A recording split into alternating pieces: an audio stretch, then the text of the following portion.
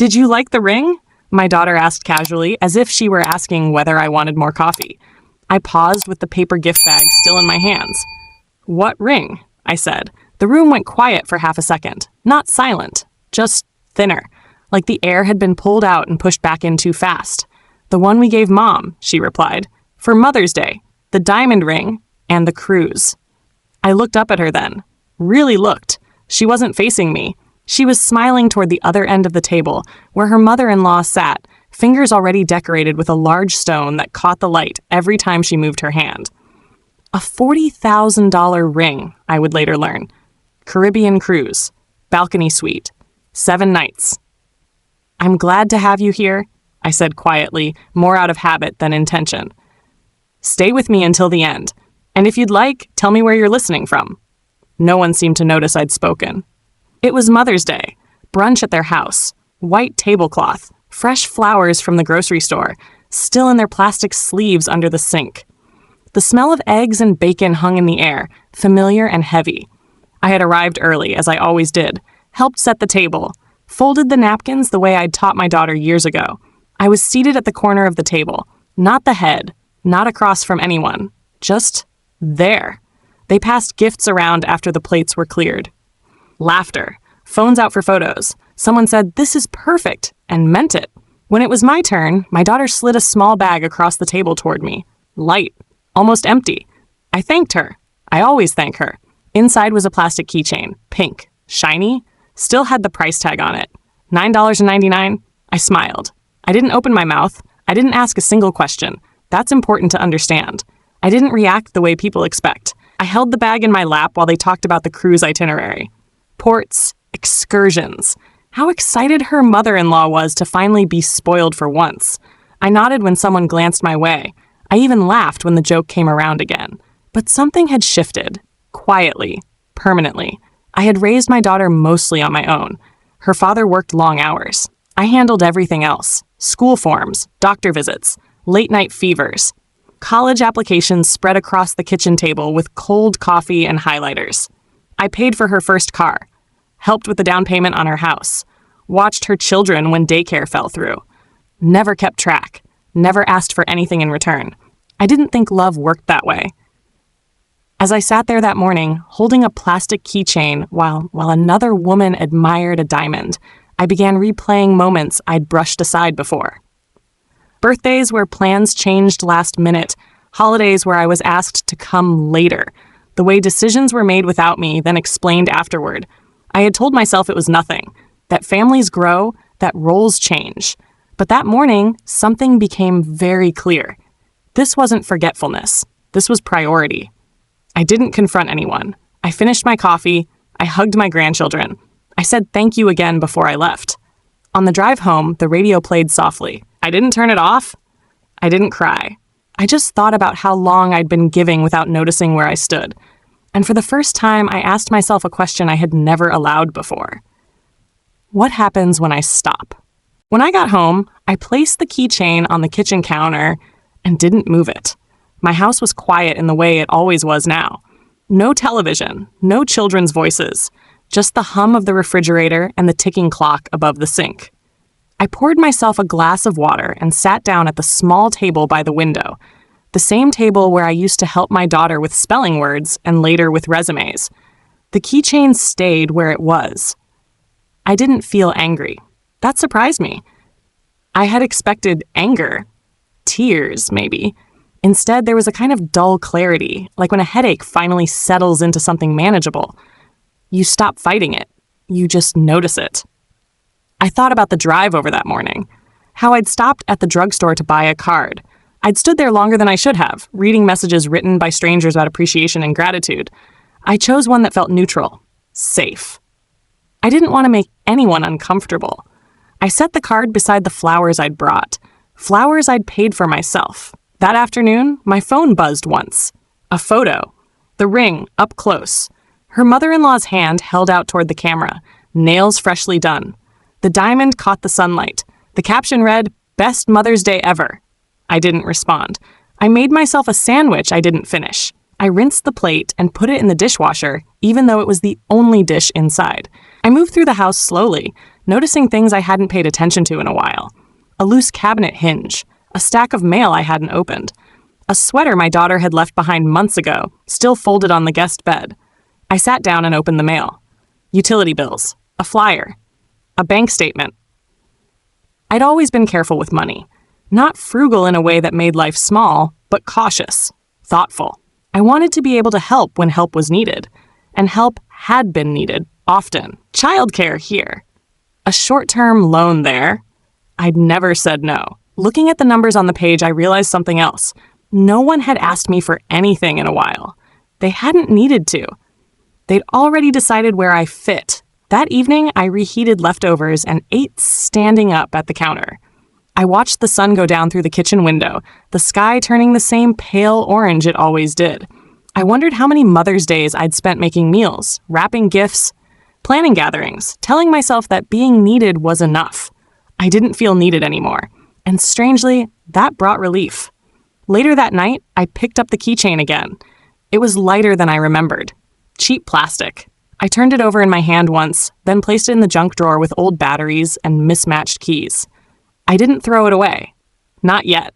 Before bed, I wrote down a list. Nothing dramatic, just names and dates. Times I'd rearranged my life to be available. Times I'd said yes without being asked. The list wasn't for anyone else. It was for me. As I turned off the light, one thought stayed with me, steady and calm. I had been generous because I believed I belonged. Now that belief was gone. And without it, I was free to decide what came next. The next few days passed without anything unusual happening. That in itself felt unusual. No calls asking if I could watch the kids. No quick texts about a school pickup or a forgotten lunch. No last-minute favors. My phone stayed quiet on the kitchen counter, face up, as if daring me to notice. I noticed. On Wednesday morning, I drove to the grocery store. Same route I'd taken for years. Same parking spot if it was open. I pushed the cart slowly down the aisles, picking up only what I needed. Milk, bread, soup. I skipped the snacks my grandchildren liked. I paused, then moved on. At the checkout, the cashier asked, "Quiet week?" "Yes," I said, and I meant it in more than one way. That afternoon, my daughter finally called. Her voice sounded normal, light, as if nothing had happened. "Hey, Mom," she said, just checking in. I leaned against the counter and waited. She didn't apologize. She didn't mention Sunday. She talked about traffic, about work, about how tired she was. I listened. Then she said, "I might need your help next week. We're planning something and I won't be available," I said. The line went silent. "What do you mean?" she asked, a small edge creeping into her voice. "I have plans," I said. That was true. I just hadn't shared them yet. There was a pause, longer this time. "Since when?" "Since now." She laughed once, short and uncertain. "Okay, well, we'll figure something out." After we hung up, my hands were steady. That surprised me too. Later that evening, I opened a photo album I hadn't looked at in years. Not on my phone. A real one. Thick pages. Corners peeling. Pictures from when my daughter was small. Halloween costumes I'd sewn myself. School plays where I'd sat in the front row, camera ready. I remembered standing in the rain at soccer games. Packing lunches at midnight. Staying up all night before exams just in case she needed help. I had been there for everything. What I hadn't done was ask where I stood now. On Friday, I received another photo. This time, the cruise brochure. A message followed, "Can you believe how lucky she is?" I didn't respond. That night, I went through my calendar. I crossed out dates, not angrily, carefully. The recurring babysitting nights, the standing Sunday dinners I always hosted. I left the spaces blank. The empty squares felt honest. Over the weekend, I ran into a neighbor who asked how my Mother's Day had been. "It was quiet," I said. She smiled. "Sometimes quiet is good." I nodded. It was. By Sunday evening, my daughter texted again, shorter this time. "Are you okay?" I stared at the screen for a long moment before replying, "Yes." That was all. I wasn't punishing anyone. I wasn't making a point out loud. I was simply stepping back far enough to see the shape of things clearly. And what I saw was this. I had been present for years without being prioritized, reliable without being valued, convenient without being considered. That realization didn't break me. It settled me. I turned off my phone and placed it in the drawer beside the keychain. The house was quiet again, the kind of quiet that no longer felt empty, For the first time, I wasn't waiting for anyone to notice my absence. I was noticing myself. On Monday morning, I woke up earlier than usual. The house was still dark, the kind of dark that feels settled rather than heavy. I made coffee and stood by the sink, watching steam rise from the mug. For years, mornings like this meant preparing for someone else's needs. Lunches, drop-offs, a mental list of favors I might be asked for before noon. That morning, there was no list. I sat down with the notebook I'd started days earlier, the one with names and dates. I added more, slowly, carefully. Not just the big moments, but the small ones that had quietly shaped my role in the family. The weekends I canceled plans because someone else forgot theirs. The vacations I postponed because childcare was too complicated. The way I was always described as so understanding. I had mistaken flexibility for connection. Around mid-morning, my daughter called again. This time, her tone was different. Less casual. More cautious. "Mom," she said, "everything okay?" "You seem distant." I didn't answer right away. I looked around my kitchen. The clean counters. The calendar with blank spaces where obligations used to live. "I'm fine," I said. She sighed. "Did we do something wrong?" That question stayed with me after we hung up. Not because I felt the need to answer it for her, but because I finally answered it for myself. They hadn't done one thing wrong. They had done many small things consistently, quietly, over time. I thought back to a birthday years ago when plans changed last minute, and I was told it would be easier if I stayed home. A Thanksgiving, when my role was to arrive early, leave late, and not be in the photos. Christmas mornings spent cleaning wrapping paper while everyone else sat down. At the time, I told myself it was normal, that this was what mothers did.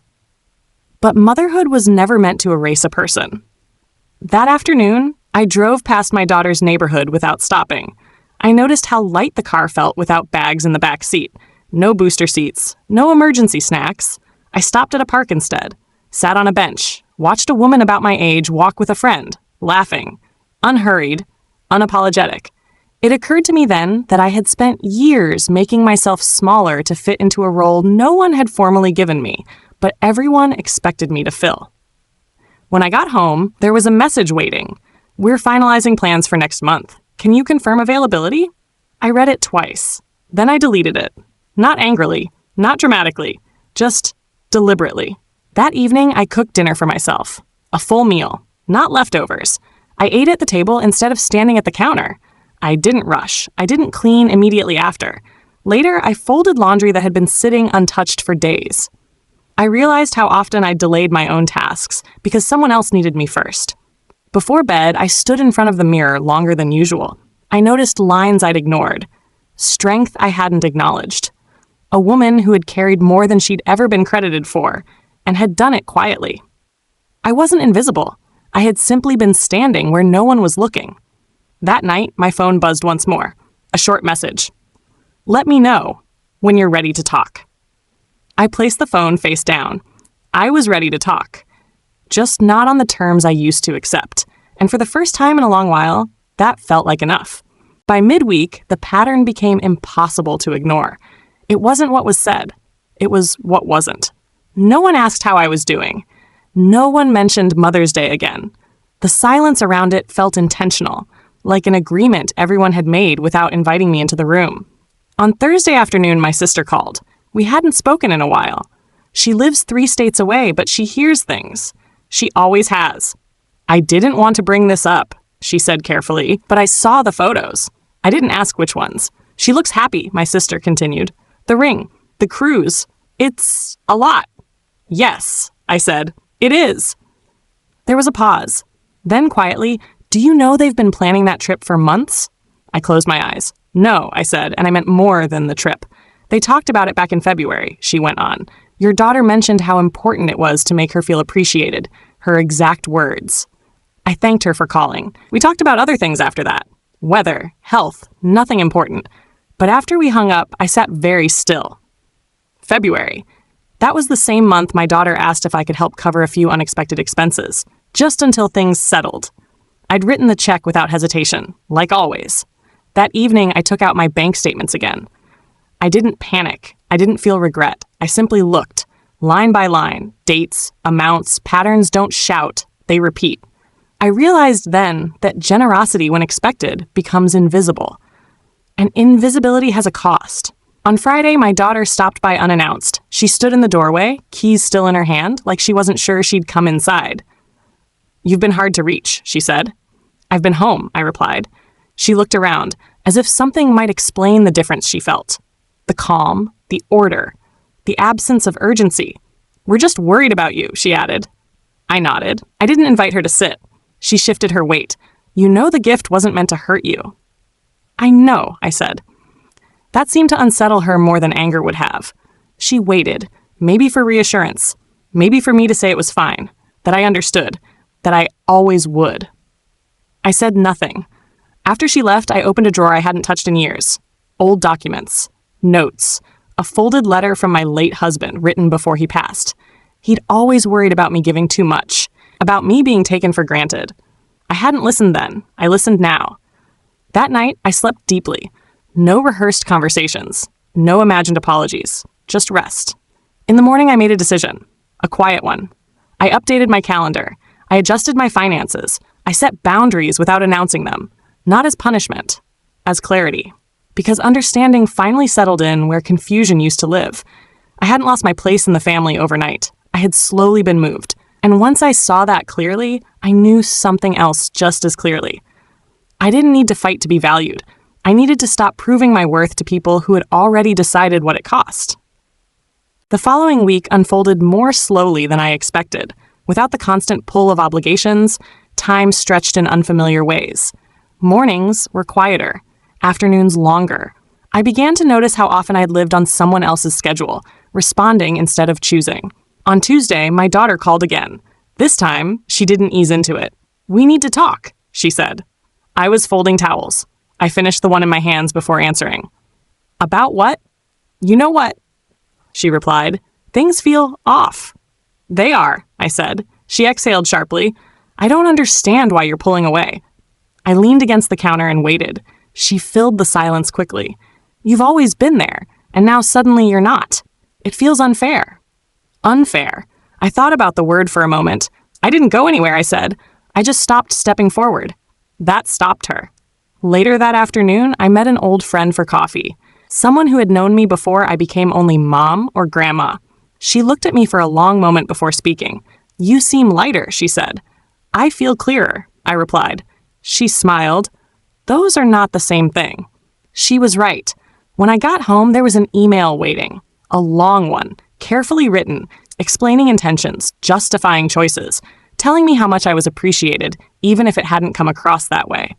I read it once, then I closed it. Not because it wasn't sincere, but because it came too late to change what I'd already understood. That evening, I opened the drawer with the keychain again. I held it briefly, then placed it back. It no longer made me feel anything. Not sadness, not anger, just neutrality.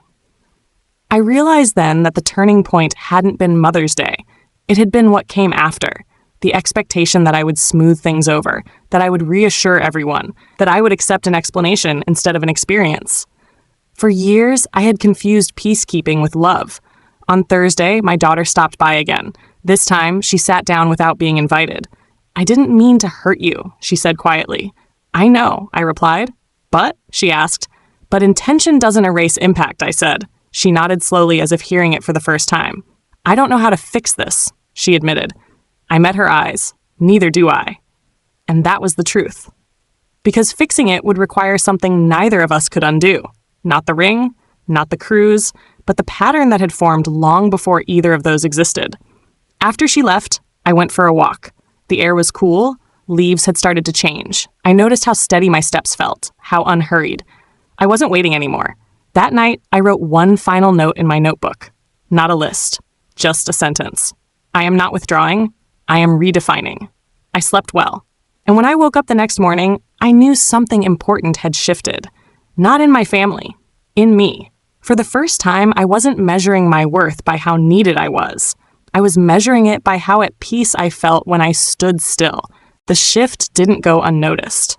By the end of that week, the tone around me had changed.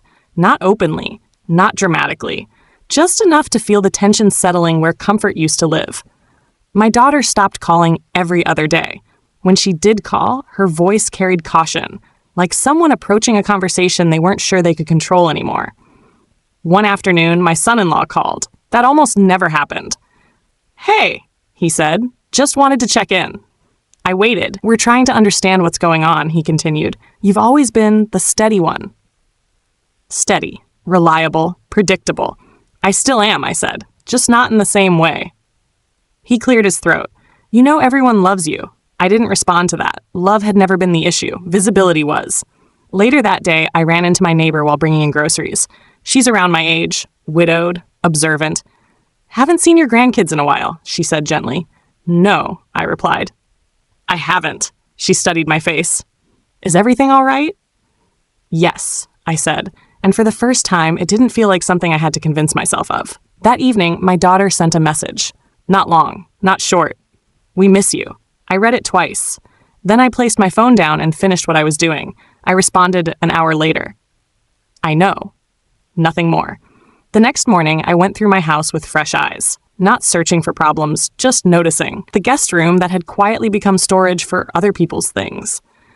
The cabinets filled with extra dishes, just in case. The calendar still carrying reminders that no longer applied. I began clearing space.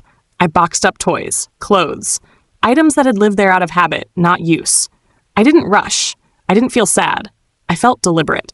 In the middle of it, I found an old thank you note my daughter had written me years ago. Crayon handwriting. Misspelled words. Gratitude without conditions. I held it for a moment. Then I placed it back where it belonged. That afternoon, my daughter showed up again. She stood in the doorway longer this time. "You're different," she said. "Yes," I replied. She looked around. "It feels like you're moving on." "I am," I said. "Forward." She sat down slowly. "I didn't realize how much we leaned on you." I waited, and how little we checked if that was okay. That landed differently. "I'm not angry," I said, "but I am aware now." She nodded. "I don't want to lose you." I met her eyes. "Then you'll have to meet me where I am, not where you're used to finding me." She didn't answer right away. When she left, I felt tired, but not drained. There's a difference. That night, I took a walk after dinner. The street was quiet, porch lights on, windows glowing softly, other families inside, living their versions of togetherness. I didn't feel outside of it. I felt adjacent, and that was enough. I realized then that reclaiming yourself doesn't always look like confrontation. Sometimes it looks like consistency, calm, not rushing to fill silence. The people around you either adjust or they reveal themselves. I went to bed knowing something important had happened, not a reconciliation, a recalibration. And for the first time, I wasn't afraid of what would come next if I didn't step back into the role everyone preferred. I was curious, because whatever came next would include me, fully. By the following week, the house felt different.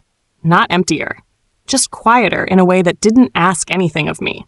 I had fewer messages now, fewer updates about plans I wasn't part of, fewer assumptions about my availability.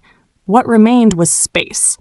And in that space, I started noticing how much of my life had been arranged around being useful. On Tuesday, I went to the bank. It wasn't dramatic. I didn't storm in or demand changes. I simply sat across from a young woman who spoke politely and asked me what I wanted to review. Accounts, automatic transfers, long-standing arrangements I'd set up years ago and never questioned. As she went through the list, I nodded. Some of those transfers no longer made sense. We made adjustments. Small ones. Reasonable ones. Nothing anyone else would notice immediately. But I would. Walking back to my car, I felt something settle in my chest. Not satisfaction. Not revenge. Just alignment. That afternoon, my daughter called again. Shorter than before. "I heard you went to the bank," she said. "Yes," I replied. She hesitated. "Is everything okay?" "It is," I said. Another pause. "You didn't tell us you were making changes." "I didn't need to," I replied. She didn't argue. She couldn't. That evening, I cooked dinner and ate slowly. I thought about how often I'd managed details so others wouldn't have to. How quietly that responsibility had grown into expectation. When generosity becomes automatic, people stop seeing the person behind it. Later that night, I opened a drawer and took out an envelope I'd been meaning to revisit. Inside were old receipts. Notes. A few documents my husband had insisted I keep organized. He'd always said, "One day, you'll need clarity more than kindness." I hadn't understood then. I understood now. The next morning, I received a message from my daughter-in-law. Brief, polite, carefully worded. "We hope you're doing well." I stared at it for a moment before replying. "I am." That was all. No explanation, no reassurance, no opening for negotiation. Over the next few days, I noticed something else shift. Invitations changed. They were no longer assumed, they were offered. Sometimes awkwardly, sometimes with uncertainty. I accepted some, declined others, without apology. On Saturday, I spent the afternoon doing something I hadn't done in years. Nothing planned. I sat in the backyard with a book I didn't finish. I watched the light move across the fence. I let time pass without filling it. That evening, I realized I wasn't waiting for acknowledgement anymore. I already had it. From myself. For years, I had measured my worth by how much I gave, how reliable I was, how little trouble I caused. That scale had been convenient for everyone else. But it had never been fair to me. Now the equation was different. I wasn't withholding love. I wasn't keeping score. I was simply no longer overextending to maintain balance that only went one way. The family dynamic didn't collapse. It adjusted, and the ones who had benefited most from the old version of me felt that adjustment first. That night, before bed, I wrote one last line in my notebook. Being valued doesn't require being exhausted. I closed the book and placed it back in the drawer. I didn't know exactly what the future would look like. There would be conversations, maybe discomfort, possibly distance. But there would also be something I hadn't felt in a long time. Equilibrium. And as I turned off the light, I knew this much for certain. Whatever came next, it would be built on choice, not obligation.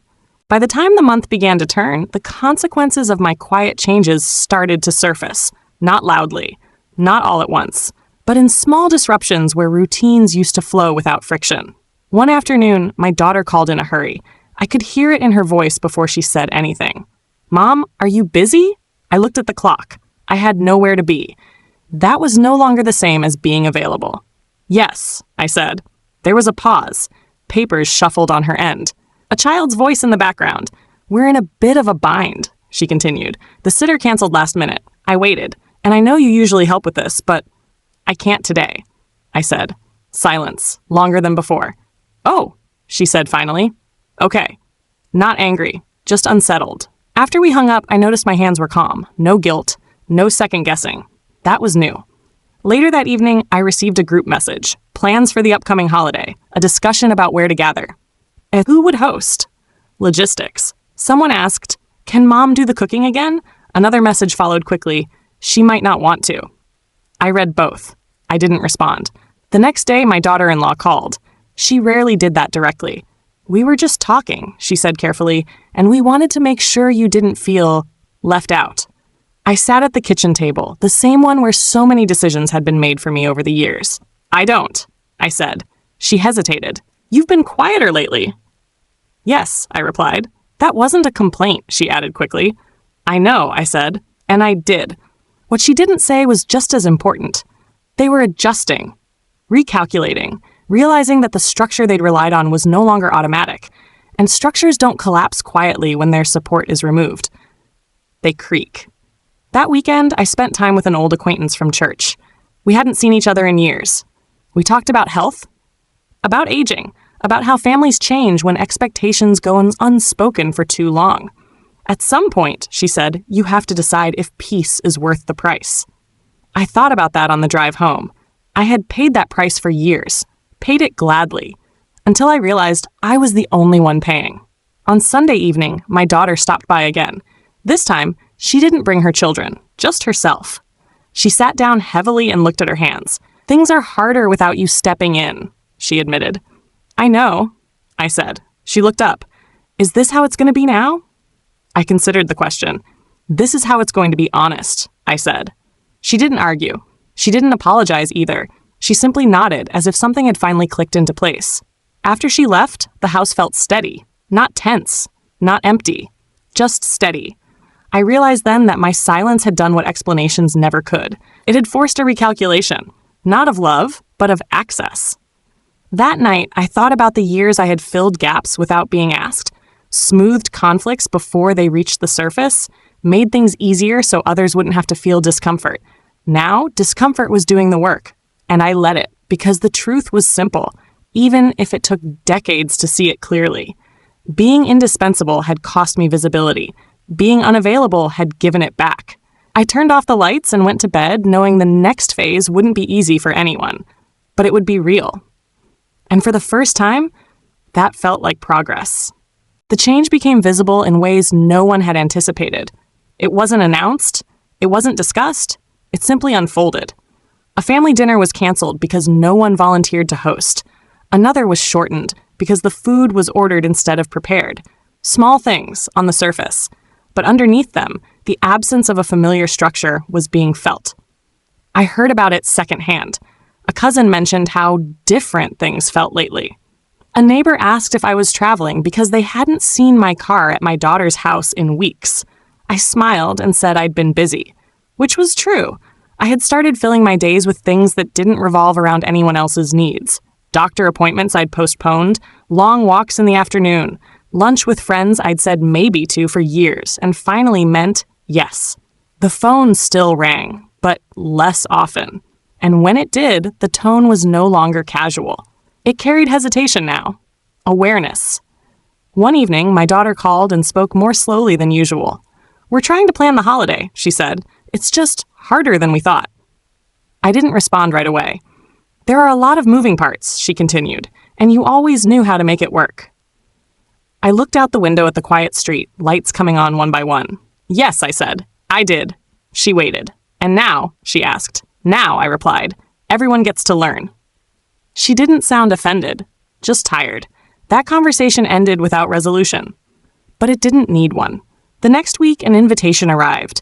Not assumed, not last minute, proper, thoughtful, with details. I read it carefully. I accepted, not because I felt obligated, but because I wanted to. At the gathering, things felt tentative, polite, like everyone was adjusting to new footing. I wasn't asked to help in the kitchen. No one handed me a list. No one expected me to manage transitions. I noticed how often eyes drifted toward me, checking, measuring. I stayed where I was, present, calm, not filling silence. At one point, my daughter leaned over and whispered, "Are you okay?"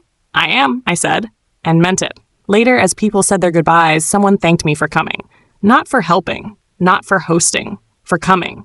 That distinction mattered.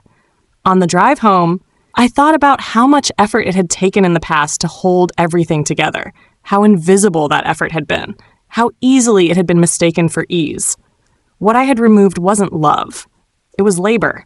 And without that labor, the family had to slow down, coordinate, communicate, consider. Those things take time. They also take respect. Back at home, I sat down with a cup of tea and felt the quiet settle around me again. Not the silence of being excluded, but the peace of not being overextended. I realized something then that surprised me. No one had accused me of changing. They had simply begun adjusting.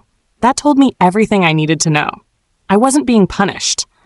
I was being recalibrated into the family in a way that acknowledged my presence instead of consuming it. That night, before bed, I looked at my calendar. It wasn't empty. It was intentional. And for the first time in a long while, I felt something solid beneath my feet. Not control, balance. The kind that doesn't require constant giving to maintain. The kind that holds on its own. The conversation happened on a Sunday afternoon. No raised voices, no accusations.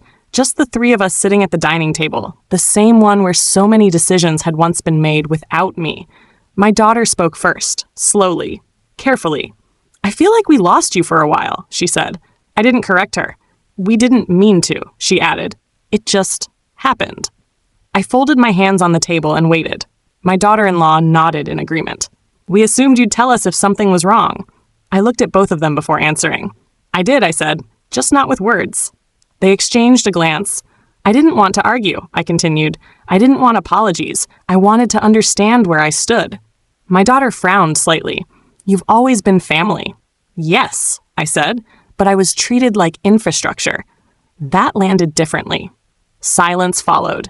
Not uncomfortable, reflective. "I didn't realize how much we leaned on you," my daughter said finally, "or how little we asked what that cost you." I nodded once.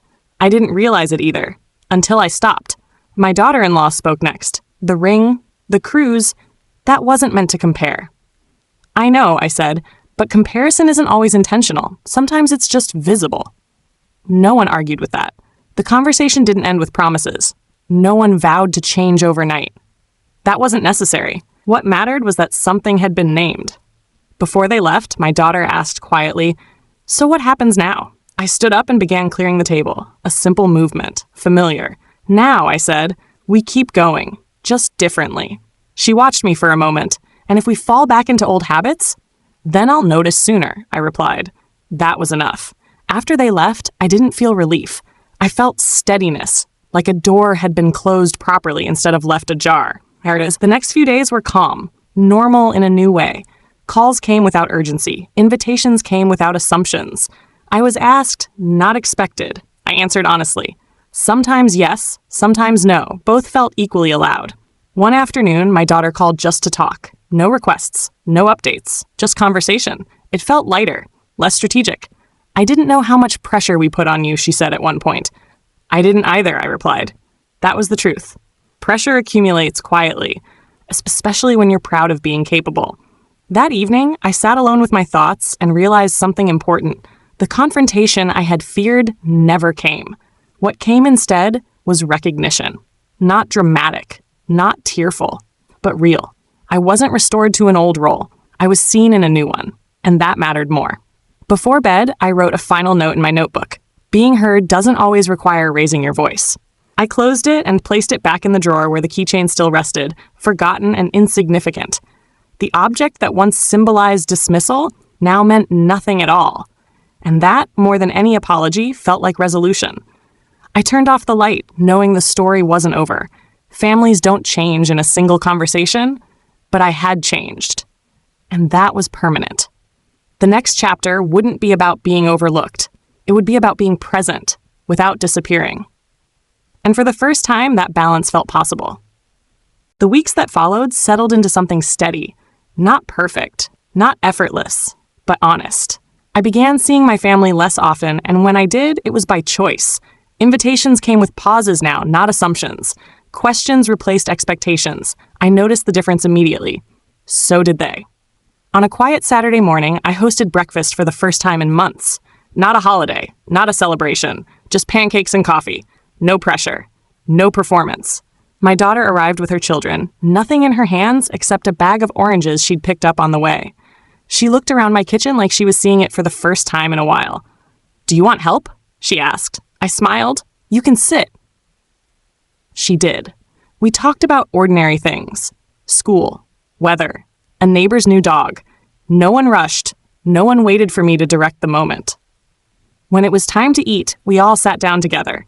Not because I made it happen, because it happened. Later, after they left, I washed the dishes slowly and realized something I hadn't expected. I didn't feel tired. For years, family time had drained me because it required effort that went unseen. Now it felt lighter, not because I was doing less, but because I wasn't carrying everything alone. That night, I took the keychain out of the drawer one last time.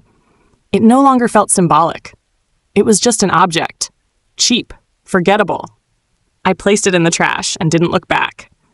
The ring. The cruise. The imbalance that once cut so sharply, they no longer held power over me. They were part of the story, not the meaning of it. What mattered was what came after. I had stopped explaining myself, stopped justifying my limits, stopped smoothing discomfort before it had a chance to teach anything. And in doing so, I gave everyone else the opportunity to rise. Some did. Some struggled. That was no longer mine to manage. One afternoon, my daughter called and said something simple. "I didn't realize how much space you gave us," she said, "until it wasn't there." I didn't respond right away. "Space," I said finally, "isn't absence. It's respect." She didn't argue. As the seasons changed, so did the rhythm of my life. I joined a walking group, took a short trip on my own, rediscovered mornings that belonged only to me. I wasn't lonely. I was present. Looking back now, I understand that Mother's Day wasn't the moment everything broke. It was the moment everything became clear. Clarity is quiet. It doesn't shout. It doesn't demand. It simply shows you where you stand. For a long time, I stood where I was needed. Now I stand where I am valued. And if there's one thing I've learned, it's this. Love that requires self-erasure isn't love.